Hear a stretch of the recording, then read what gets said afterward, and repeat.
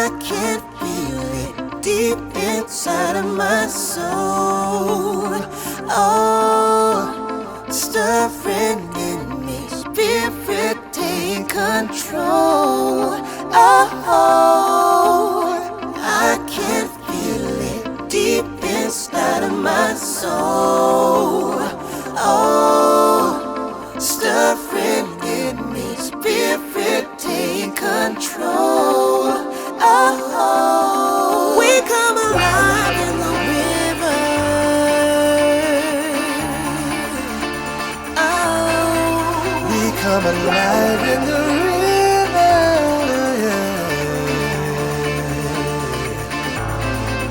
There is a current stirring deep inside. It's overflowing from the heart of God, the flood of heaven crashing over us. The tide is rising, rising, bursting, bursting up from the ground.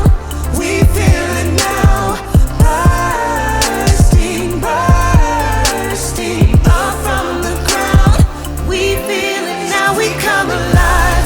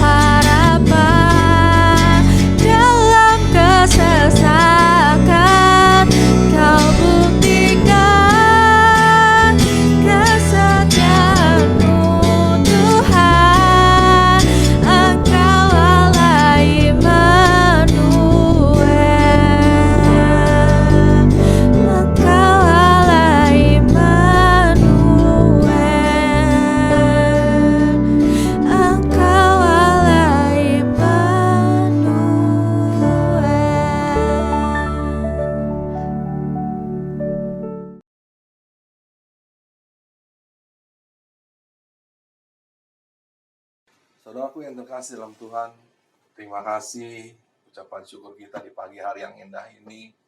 Kita naikkan sebagai ucapan syukur yang sangat luar biasa kepada Tuhan Yesus di minggu keempat, bulan yang kelima, di pagi hari yang indah ini. Saya percaya semuanya dalam keadaan sehat, walafiat, tidak kekurangan sesuatu apapun, karena darah Yesus, kuasa darahnya membungkus kita, memberkati kita, dan anugerahnya, kasih karunia-Nya sangat berlimpah dalam kehidupan kita secara pribadi. Terima kasih. Sebelum kita memulai mendengarkan isi hatinya Tuhan, baiklah kita bersama berdoa terlebih dahulu. Bapa dalam surga, terima kasih Tuhan Yesus, Allah Roh Kudus, buat pagi hari yang indah ini. Buat berkat kasih, damai, sejahtera, sukacita yang selalu Engkau berikan, limpahkan dalam kehidupan kami, semua anak-anak-Mu. Terima kasih Bapa, di pagi hari yang indah ini Tuhan, kami siap untuk mendengarkan isi hati-Mu. Tuhan, ambil alih pikiran, hati, dan buah lidah hamba-Mu untuk kebenaran firman-Mu.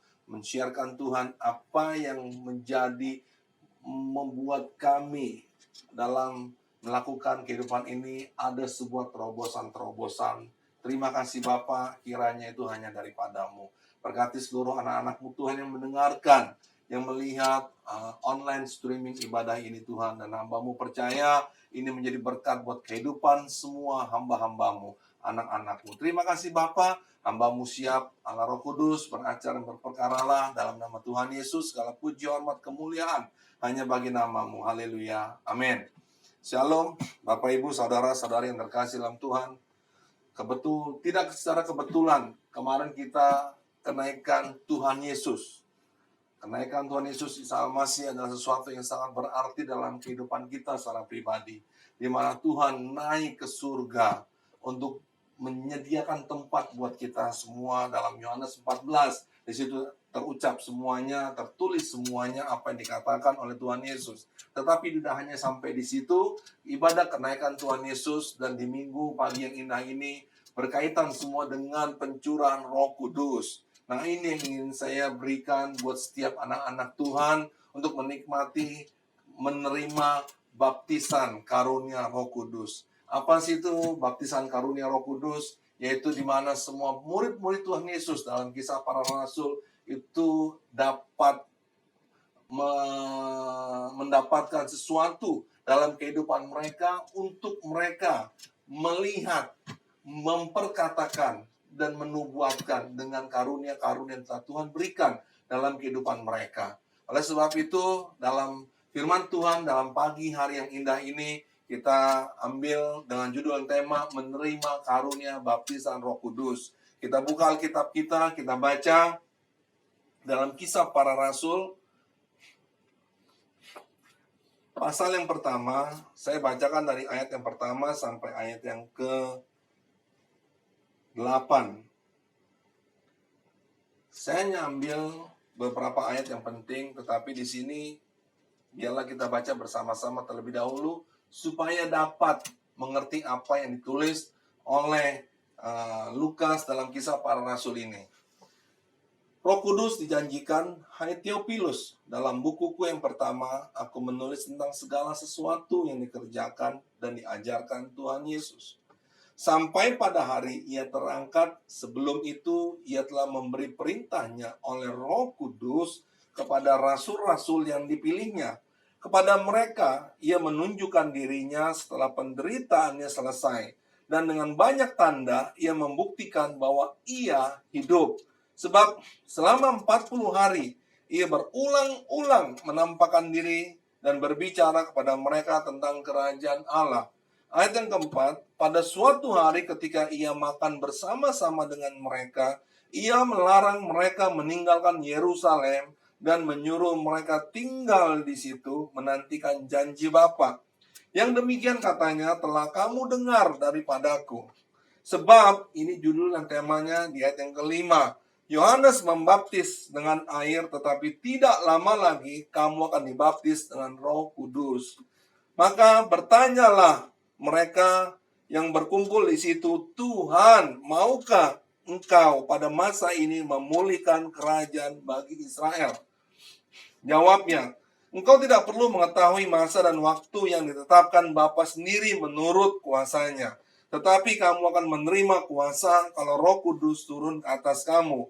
Dan kamu akan menjadi saksiku di Yerusalem dan di seluruh Yudea, Samaria, sampai ke ujung dunia. Sesudah ia mengatakan demikian, terangkatlah ia disaksikan oleh mereka dan awan menutupnya dari pandangan mereka. Ketika mereka sedang menatap ke langit, waktu ia naik itu, tiba-tiba berdirilah 2 orang berpakaian putih dekat mereka dan berkata kepada mereka, "Hai orang-orang Galilea, mengapakah kamu berdiri melihat ke langit?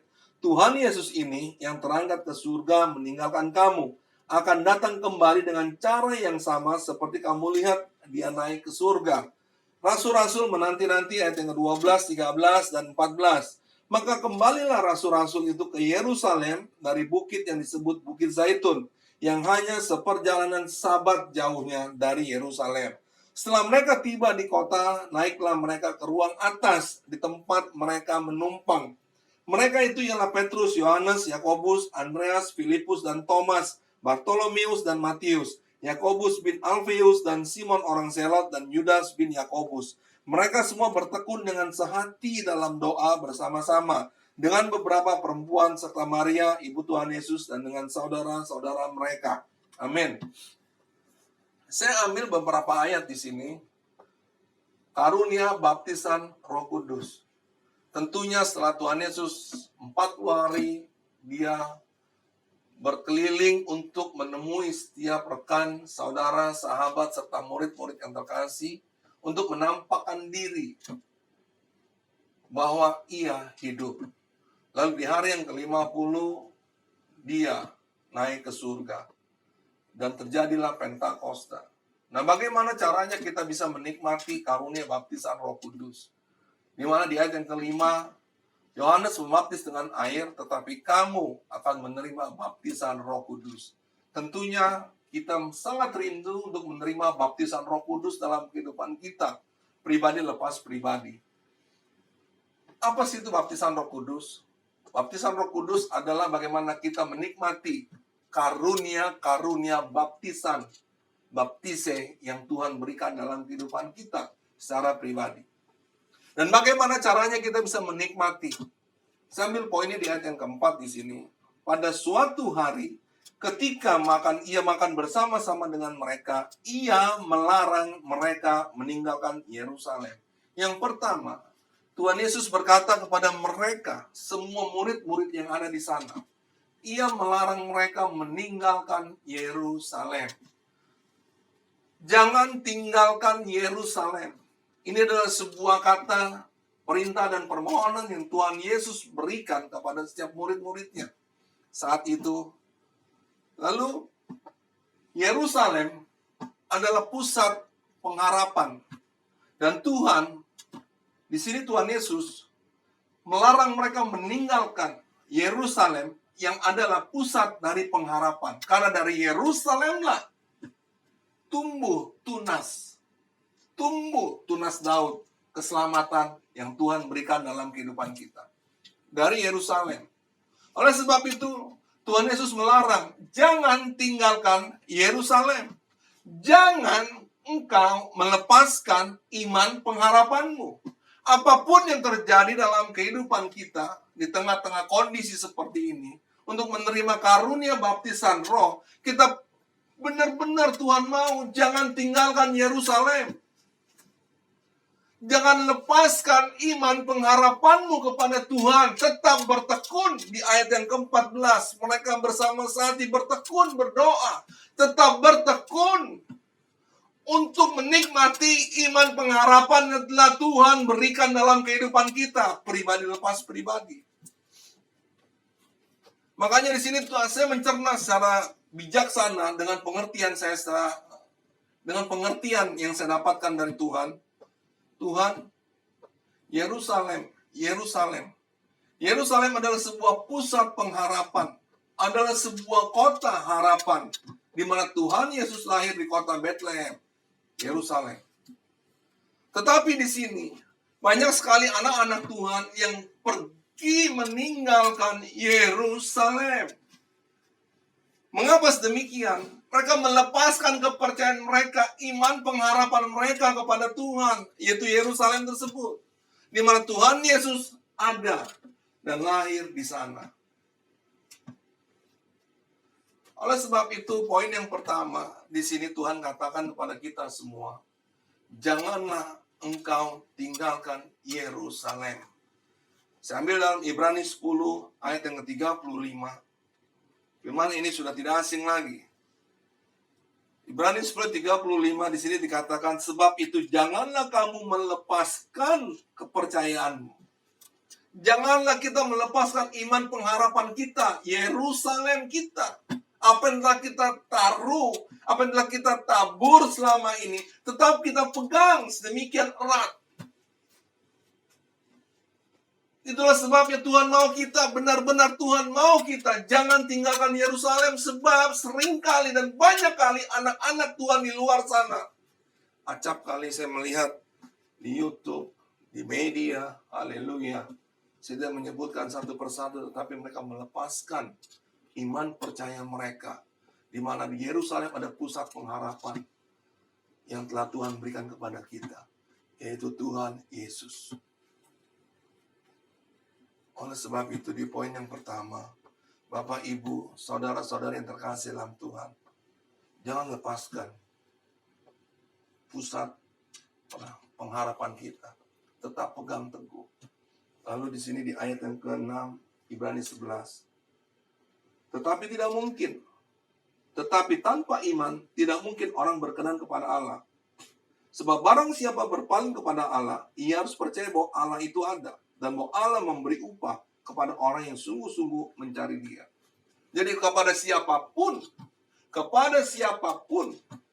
bahwa kalau ia percaya dengan iman, maka ia akan menerima karunia baptisan Roh. Tetapi jangan pernah lepaskan Yerusalem, pusat pengharapan kita. Sebab dalam Ibrani 6 ayat 19, di sini dikatakan, Ibrani 6 ayat 19, pengharapan itu adalah sau yang kuat, aman bagi jiwa kita, yang telah dilabuhkan sampai ke belakang tabir. Jadi pengharapan itu telah dilabuhkan sampai ke belakang tabir. Sau yang kuat bagi kita. Banyak kejadian saya melihat akhir-akhir ini. Mereka selalu memperkatakan yang tidak. Tetapi sebagai anak-anak Tuhan, secara saya pribadi, karena saya mengalami kehidupan baru, second life yang Tuhan berikan kepada saya secara pribadi, aku tetap akan berpegang teguh kepada Yerusalem, pusat pengharapan yang telah Tuhan berikan kepada saya secara pribadi, yaitu dengan iman aku percaya. Yang pertama, jangan pernah tinggalkan Yerusalem. Yang kedua, kita buka lagi dalam Kisah Para Rasul, pasal yang keempat, masih ayat yang keempat, dengan tema, kamu akan menerima dibaptis dengan Roh Kudus. Yang keempat, pada suatu hari ketika ia makan bersama-sama dengan mereka, ia melarang mereka meninggalkan Yerusalem dan menyuruh mereka tinggal di situ menantikan janji Bapa. Yang demikian katanya telah kamu dengar daripadaku. Kita telah dengar dari Tuhan Yesus. Tetapi yang kedua, untuk menikmati karunia baptisan Roh, adakah kita tinggal di dalam Tuhan? Yohanes 15, yang kedua, dalam kitab Yohanes pasal yang ke-15, di sini ada sebuah ayat sangat luar biasa buat kita semua. Kamu memang sudah bersih karena firman yang telah kukatakan kepadamu. Dalam Yohanes 15 ayat yang ketiga, kamu semua memang sudah bersih karena firman yang telah kukatakan kepadamu. Tetapi poinnya di sini di ayat yang ketujuh, jikalau kamu tinggal di dalam aku dan firmanku tinggal di dalam kamu, apa saja yang kamu minta, pasti kamu akan menerimanya. Yang kamu kehendaki, pasti kamu akan menerimanya. Yang kedua, apakah kita mau tinggal dalam firman Tuhan? Banyak sekali mereka yang keluar jalur dari firman Tuhan. Tidak sedikit, banyak. Dan kerap kali mereka selalu berubah-ubah arah. Yang pada akhirnya jatuh bangun, lalu mengalami kering dan mati. Tetapi saya bersyukur buat saya secara pribadi. Sampai saat ini, Tuhan masih menjaga, melindungi, terlebih memberkati kehidupan saya dan keluarga, seluruh anak-anak Tuhan. GPPK Mahanaim tentunya. Saya yakin dan percaya. Karena kita mau tinggal dalam kebenaran firman Tuhan. Yang kedua, kalau kita mau menerima karunia baptisan roh, apakah kita mau tinggal di dalam Tuhan? Karena dalam Kisah Para Rasul 1 ayat yang ke-8 di sini jelas dikatakan. Ayat yang keempat,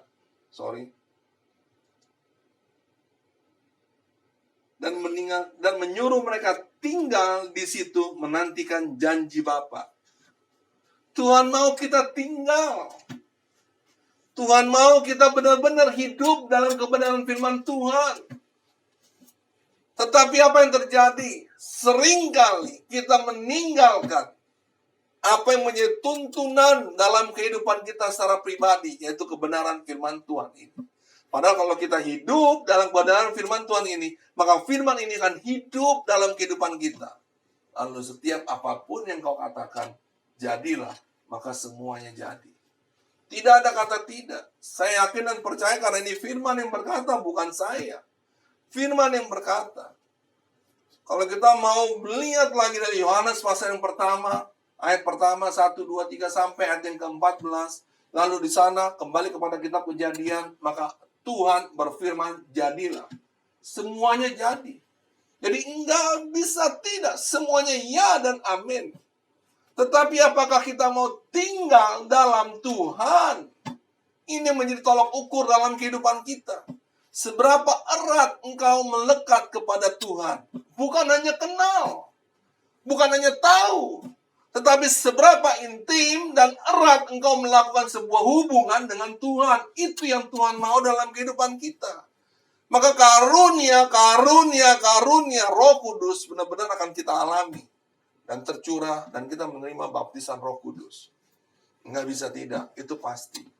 Karena saya mengalami. Janji Tuhan itu ya dan amin.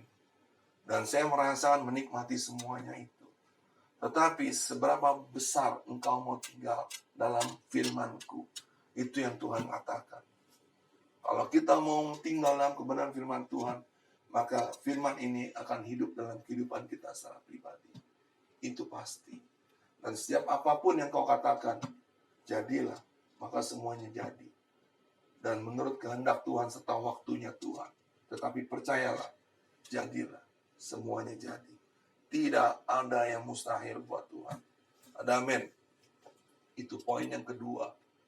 Seberapa erat melekat engkau di dalam Tuhan untuk menerima baptisan karunia Roh Kudus.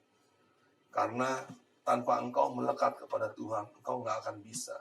Tanpa engkau tinggal dalam kebenaran firman Tuhan, tinggal dalam Tuhan, maka kita nggak akan bisa menikmati karunia baptisan roh. Dan yang ketiga, ada sebuah ayat yang sangat luar biasa yang saya dapati hari ini di ayat yang ke-13. Setelah mereka tiba di kota, naiklah mereka ke ruang atas, tempat mereka menumpang. Yang ketiga, kalau kita mau menikmati karunia baptisan Roh Kudus dalam kehidupan kita, naik ke loteng, ke atas. Bukan berarti kita harus naik ke lantai 2. Kalau rumah kita tidak punya lantai, bagaimana tidak punya lantai 2? Bukan seperti itu maksudnya, tetapi yang Tuhan katakan di sini, mereka naik ke atas dalam rohaninya. Mereka benar-benar membangun kapasitas rohani mereka. Iman mereka. Ini yang sangat penting dan teramat penting. Setelah poin yang pertama, jangan tinggalkan Yerusalem, jangan pernah kita meninggalkan pusat pengharapan kita. Jangan pernah lepaskan. Yang kedua, tinggal dalam kebenaran firman Tuhan. Dan yang ketiga, bangun kerohanian kita. Naik ke loteng. Kerohanian kita ups demikian. maka terjadilah sesuatu yang sangat dahsyat dalam kehidupanmu. Hagai pasal 1 ayat yang ke-7 dan ke-8. Hagai 1 ayat yang ke-7. Beginilah firman Tuhan semesta alam, perhatikanlah keadaanmu.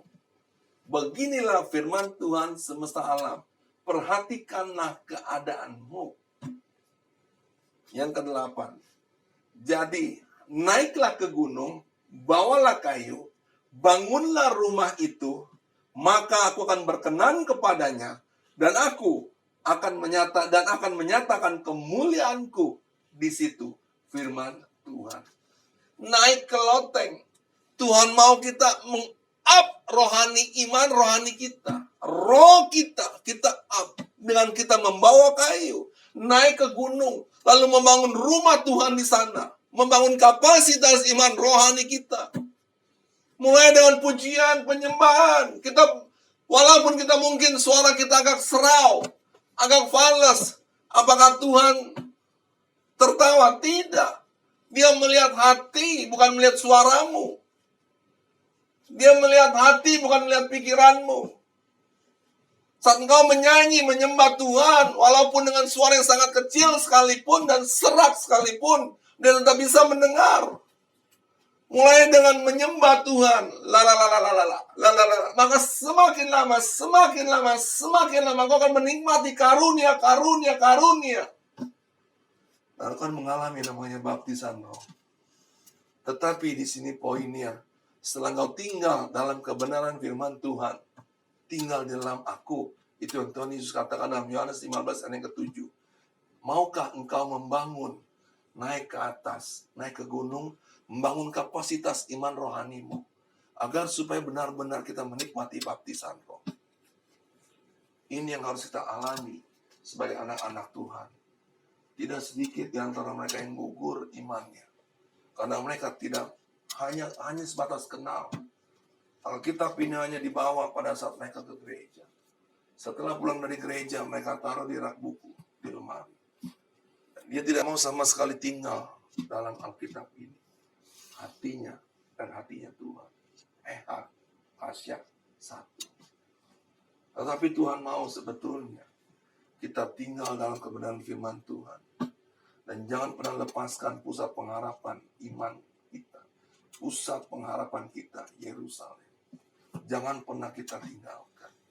Kalau kita membaca kitab Rut, bagaimana Naomi beserta suaminya dan anak-anaknya meninggalkan tanah perjanjian. Tetapi apa yang terjadi dengan mereka semua? Habis semuanya. Suaminya meninggal, anaknya meninggal. Tapi puji Tuhan, Naomi dan Rut kembali kepada Tuhan, ke tanah perjanjian. Kalau kita mau membaca, meninggalkan Yerusalem, tanah perjanjian. Meninggalkan pusat pengharapan kita. Tapi yang ketiga di sini lebih penting lagi. Bangun kapasitas iman rohanimu. Itu yang Tuhan mau. Tidak hanya cukup sampai kita beribadah. Seminggu sekali, lalu ada komsel-komsel, kita bersenda gurau dengan teman-teman, dengan sahabat-sahabat, saudara seiman. Tidak hanya sampai di situ. Tuhan mau engkau benar-benar melekat dalam Tuhan. Bergaul karib dengan Tuhan. Dalam Mazmur 25.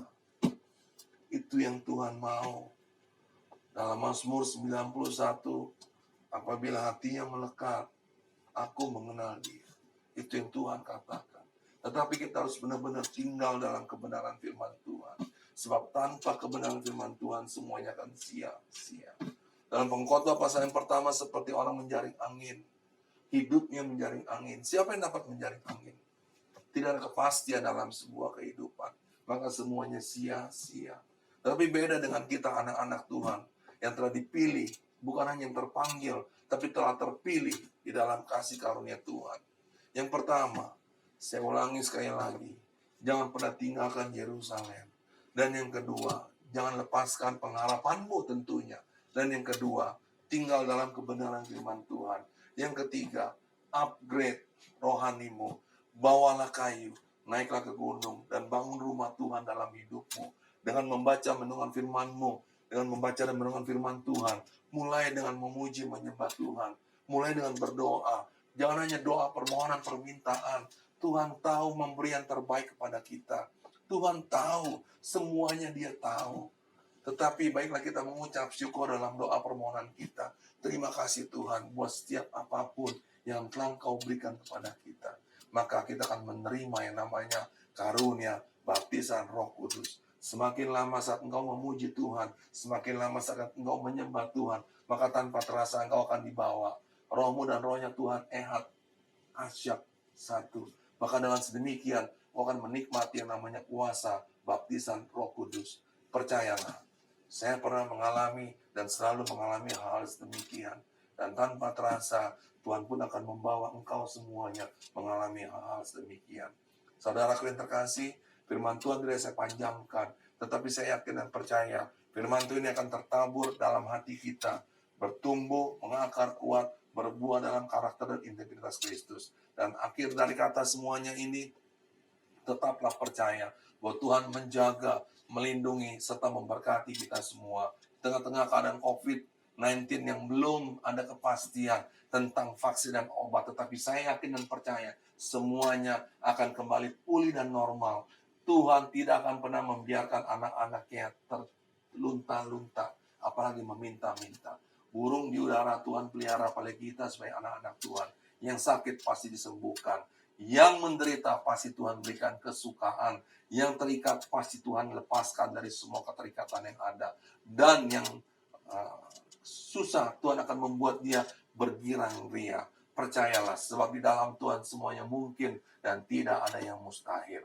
Di tengah-tengah keadaan kondisi seperti ini, saya yakin dan percaya semuanya tetap semangat, sehat selalu. Kita tutup dalam doa. Bapa dalam surga, terima kasih Tuhan Yesus buat kebenaran firman-Mu yang menjadi sebuah terobosan iman dalam kehidupan kami semua anak-anak-Mu.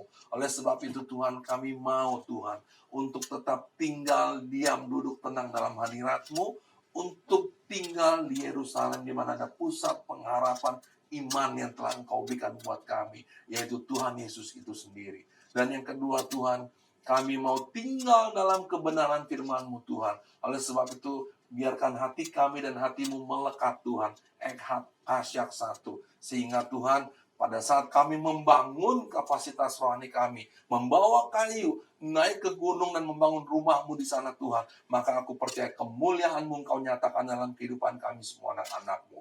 Berkati Tuhan semua anak-anak-Mu yang mendengarkan siaran online streaming ibadah ini ya Bapak, dimanapun mereka berada, hamba-Mu yakin dan percaya belas kasih kemurahan-Mu, anugerah-Mu melimpah dalam kehidupan mereka. Terima kasih Bapak. Biarlah Tuhan seperti Engkau memberkati Abraham, Ishak dan Yakub, Engkau pun juga memberkati kami semua anak-anak-Mu Tuhan dengan pelipat kali ganda yang ada di tengah-tengah kondisi ini. Seperti ini Tuhan, kami tetap yakin dan percaya bahwa berkat kasih damai sejahtera sukacita-Mu melimpah atas kehidupan kami. Di dalam nama Tuhan Yesus, setiap orang yang percaya berkata, Amin.